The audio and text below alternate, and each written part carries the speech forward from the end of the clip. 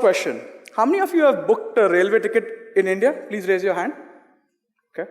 How many of you have experienced both the formats, offline, and how many of you have used online? Okay, great.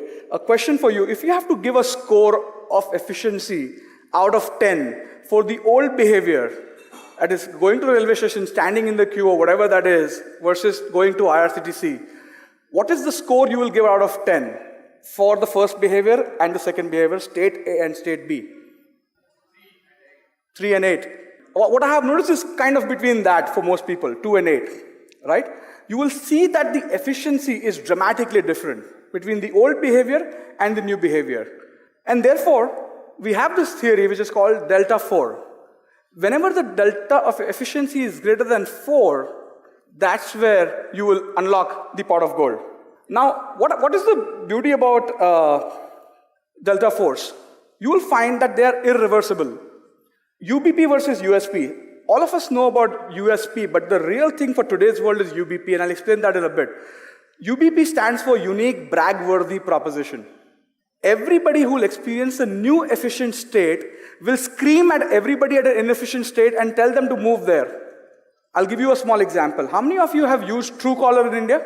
Please raise your hand. Okay. How many of you discovered Truecaller because of an advertisement?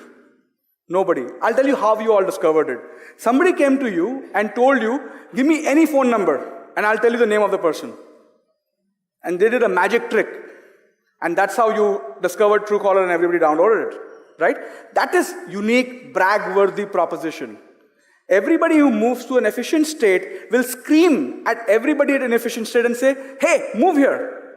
You're wasting your time in that inefficient state. Don't go to the railway station to book a ticket. You just move into this. Or don't book the cab in the old way. Book it through Uber or Ola, right? We will scream at the inefficient state and move the humanity forward.